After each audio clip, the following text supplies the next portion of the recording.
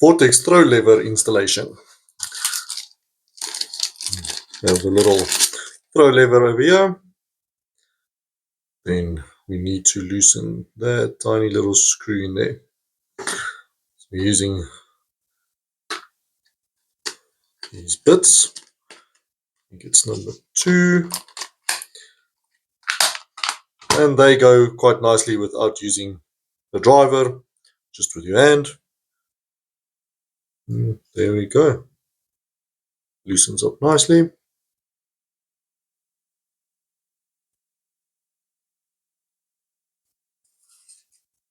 Then we slip it over, set it to where we want it, and tighten it back up. As simple as that.